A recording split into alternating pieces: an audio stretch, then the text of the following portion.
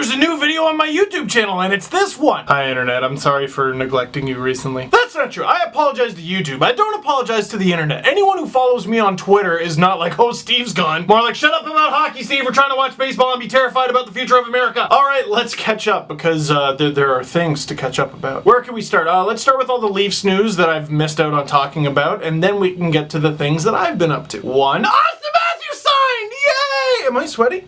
I had to check. This is better. Austin Matthews signed! Yeah, because, like, that was a thing that was in question for sure. Lou is just jerking Austin Matthews around, and he's not going to give him what he wants in contract talks. He's going to alienate him from the organization, and they're going to screw everything up. And this became the summer.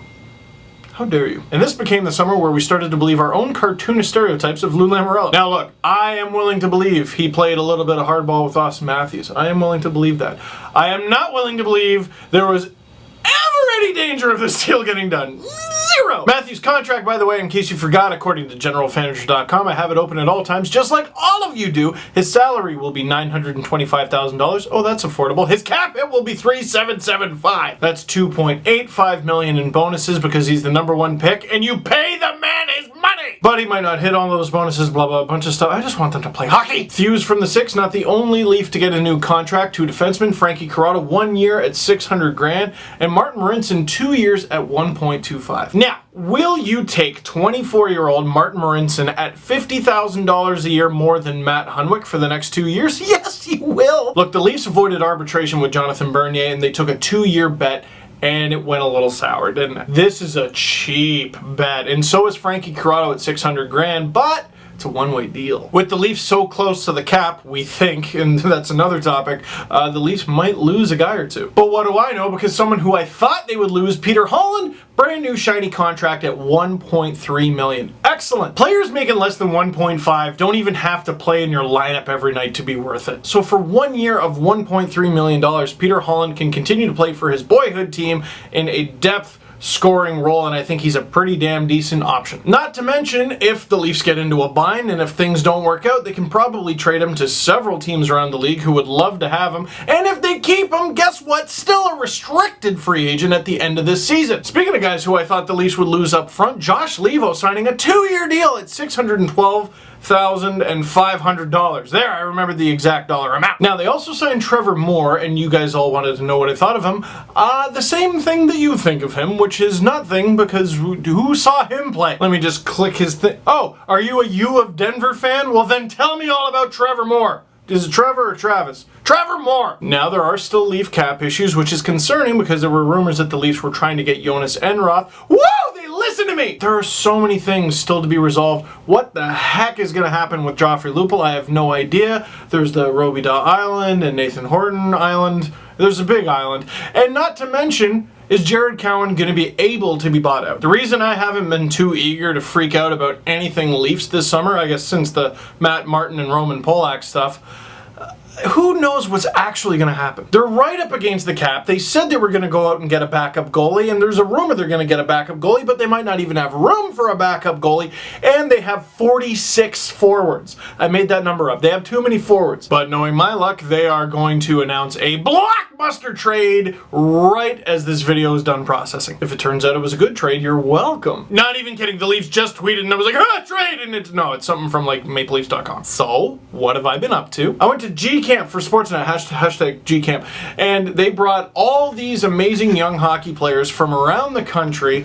to participate in off-ice drills and training drills in Toronto, and those players had a variety of interesting stories. You know, they had to travel here, or injuries, financial struggles, something with their family. They all had a great story. Oh, cool! So Gatorade invited them to do drills at the Leafs practice facility. That's pretty cool. Out of nowhere, bam! Max Pacioretty and Johnny Gaudreau show up, and they're doing the drills with them, and they're taking pictures, and they're giving advice. And Max Pacioretty did a very silly interview with me that you can see on my YouTube channel. It was the last video that I uploaded before this one, and that's it for that day, right? Wrong! John Tavares shows up, and Dominic Moore shows up, and Brent Burns shows up. Here's Liam Herbst getting absolutely sniped on by John Tavares. He wasn't happy that I posted this on Twitter, so here it is on YouTube. Maybe that'll make you feel better. He's a great guy. Why am I so mean? And I got the most epic video of Brent Burns playing archery tag, and just when you think the video's over, just watch.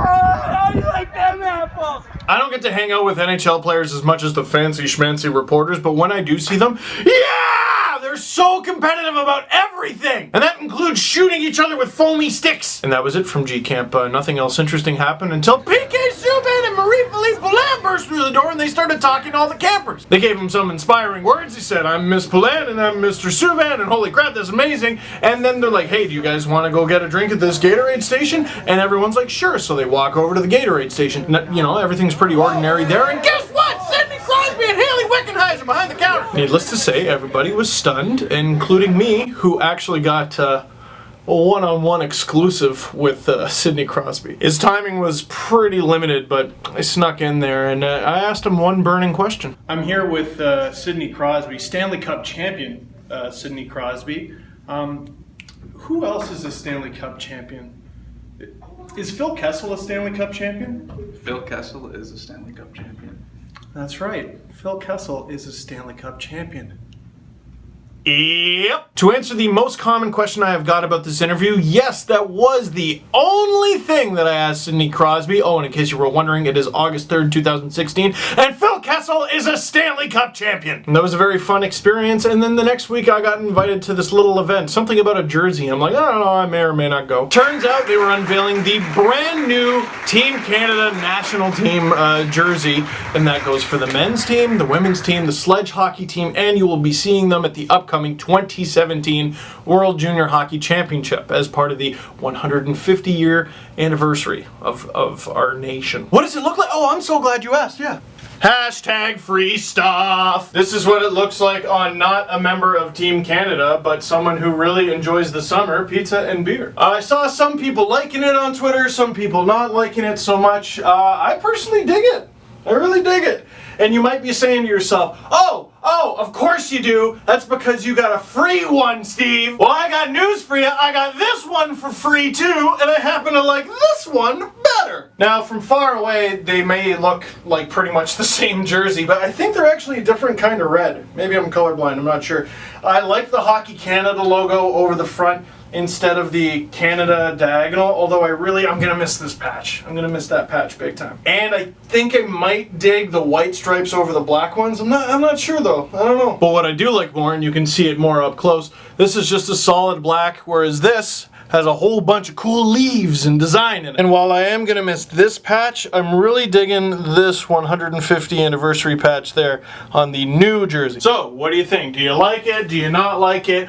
Or, let's be honest, you'll associate good things with it if they win. If they lose, you'll be like, oh, I always hated it. And last but not least, you, my friend, have to catch up on the Panago Pizza Steve Dangle podcast. I don't know if the most recent episode is on YouTube yet. I know we were having some technical difficulties and Jesse was screaming about it, and I'm like, I know that feel, bro. I know that feel. 9 years of that. But if it's not on YouTube, you can check it out on SoundCloud or iTunes or holy smokes, we're on so many things now. We had Christina Rutherford on, just a fantastic writer from Sportsnet magazine, sportsnet.ca. We talked to her about talking to Phil Kessel, John Scott, Jay Happ from the Leafs, Jaromir Jagr. Then before that, we had Faisal Khamisa on, who I don't even know if I can tease his story. I couldn't possibly do it justice. You have to listen to that episode. Not to mention, it's a pretty good show usually, so you should listen to the other episodes as well. And last but not least, and I will make this the question of the video, you know what I just realized recently? Heading into this season is going to be my 10th doing LFR videos after every Leafs game. If the Leafs are going to do it big for their centennial, I want to do it big for LFR 10. So you let me know what you want out of this season of videos. What do you want? So that is it for this one. Thank you very much for watching. Click like if you like this video. Click subscribe if you really liked it. Tell all your friends. And just holy smokes, I missed you.